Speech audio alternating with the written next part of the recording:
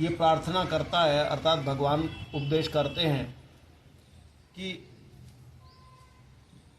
उसको सुनकर के उपदेश को, हे प्रभु ये जो तेरे पंथा मार्ग दिव अध जान पर ही आश्रित है।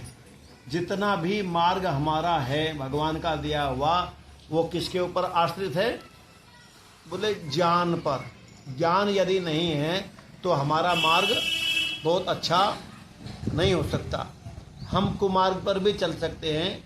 इसीलिए मार्ग पर चलने के लिए परमपिता परमात्मा से किसकी याचना करते हैं? ज्ञान की। और वेद नाम किसका है? बोले ज्ञान का है। ये वेद परमात्मा का दिया हुआ ज्ञान है और मंत्रों में भगवान के विचार हैं। और मैंने पहले भी बताया था, सारा संसार विधि है और ये वेद उसका विधान है। जैसा हमारा देश भारत है, तो भारत क्या है? भारत का एक संविधान है, विधि विधान है। जो विधि विधान के अनुरूप चलता है वह शिष्ट नागरिक है, और जो विधान के अनुरूप नहीं चलता, कहीं न कहीं उसको किसी न किसी धारा में पकड़ लिया जाता है और जेल में डाल दिया जाता है। ठीक इसी प्रकार से परमपिता परमात्मा ने संसार रूपी इस सागर को पार करने के लिए एक विधान दिया, जिस विधान का नाम वेद है। और वेद 4 होते हैं, ऋग्वेद, यजुर्वेद, सामवेद, अथर्ववेद। हम किस वेद से यज्ञ कर रहे हैं? बोले सामवेद से। तो सामवेद के मंत्र ने कहा कि हम ज्ञान के ऊपर अपने जीवन को आधारित बनाएं। ज्ञान जब नहीं होता तो रस्सी को देख करके सांप समझ बैठते हैं। शाम को जब धुंधला सा होता है और रस्सी लटक रही है ऐसे ही, तो आप निर्णय नहीं कर पाते। आप रस्सी को क्या समझ लेते हैं? सर्प। और सर्प समझते ही आप डर जाते हैं।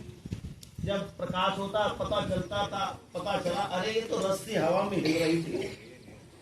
उस समय क्या था? अज्ञान था। तो अज्ञान में हम डर गए, और जैसे ज्ञान हुआ फिर प्रकाश हो गया। बोले भय खत्म। तो कहा कि यह जो ज्ञान है ये भी, इसमें आप वयस्वम विशिष्ट अश्व वाले, अश्व कहते हैं घोड़े को भी कहते हैं, और अश्व पावर को भी कहते हैं। यहाँ अश्व नाम राजा का भी है, मेद नाम प्रजा का है। इसलिए राजा और प्रजा मिलकर के संसार के कल्याण के लिए जो यज्ञ किया करती थी उसका नाम अश्वमेध था। तो कहा ऐसे अश्व वाले पवित्र इंद्रिय रूप घोड़ों वाले पुरुष को ईरया गति करवाते हैं। हे परमपिता परमात्मा, आप भुआ विचारशील लोग न हमें उतभी श्रोषंतु, उन मार्ग को सुनाए, इन मार्ग का ज्ञान दे। जो हमें आगे ले चलने वाले या आगे बढ़ने वाले मार्ग है वैसा ही हमें सुनाए, वैसी हमें प्रेरणा करें। ये प्रार्थना करते। संसार में कितने मार्ग होते हैं? 2 मार्ग होते हैं। एक संसार में एक मार्ग श्रद्धा मूलक है और दूसरा मार्ग ज्ञान मूलक है। हमारे परिवार में, हमारे समाज में यहाँ कितने लोग ऐसे हैं, वो एक बात कह करके अपना पल्ला झाड़ देते हैं। कहते ये तो अपनी अपनी श्रद्धा की बात है। कहते नहीं। मैंने कहा भाई ऐसा मत कर, ये ठीक नहीं। कह रहे जी तुम अपना काम करो, ये तो अपनी अपनी श्रद्धा है।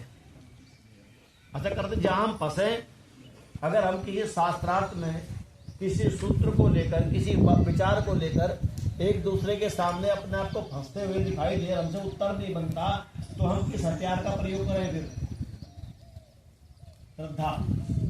अरे भाई ये तो हमारी श्रद्धा है, तो अपना काम है। अपनी अपनी श्रद्धा है। क्यों भाई? अपनी सत्य मेरे लिए भी ऐसा ही है और सत्य उसके लिए भी ऐसा ही है।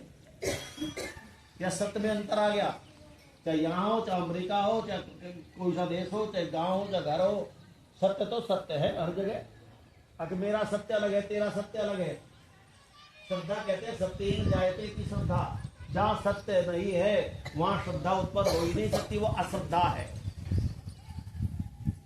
अश्रद्धा में अनर्गल हम बात करते हैं, फिर धर्म समाप्त हो जाती है और अश्रद्धा में रूढ़ी जन्म लेती है, संप्रदाय जन्म लेते हैं।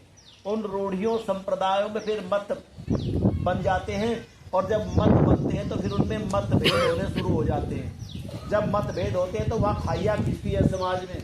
और फिर एक दिन जाकर के उन विचारों में अग्नि प्रदीप्त हो जाती है, और जिसके कारण, जिस मत के कारण हम शांति की खोज में चले थे, वही अशांति प्रदीप्त हो जाती है।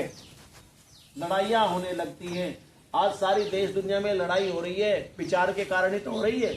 और विचार यदि पवित्र तो लड़ाई थोड़ा ही हो, लड़ाई होने की नहीं, क्योंकि उन्होंने अपनी अपनी श्रद्धा, इस्लाम ने अपनी श्रद्धा, सनातन ने अपनी श्रद्धा, ईसाइयों ने अपनी श्रद्धा, और हमारी जो हिंदू कौम है ये, इसमें तो न जाने कितनी श्रद्धा कहाँ कहाँ से निकाल करके खड़ी कर ली।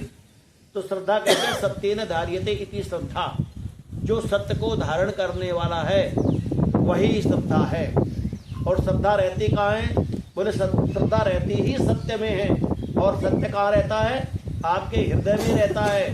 तो इसीलिए जब भी आप सत्य बोलते हैं, हृदय से आपका सत्य का भाव ही बनता है। अच्छा बताओ, जब यहाँ से आप कोई जवाब देने के लिए तैयार होते हैं तो यहाँ से छूटा हुआ जो शब्द चलता है कंठ तक बिल्कुल ठीक आता है।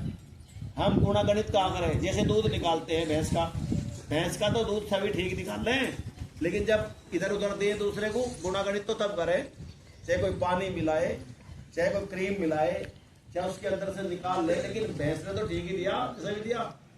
तो ये पेट से जो वायु जो शब्द है यहाँ से चलता है वो सत्य चलता है, और यहाँ आने के बाद हम गुणागणित करें, सामने वाले को देख के कैसे सराजी करना, कैसे मक्खन लगाना, झूठ बोलना, सत्य बोलना, करते नहीं।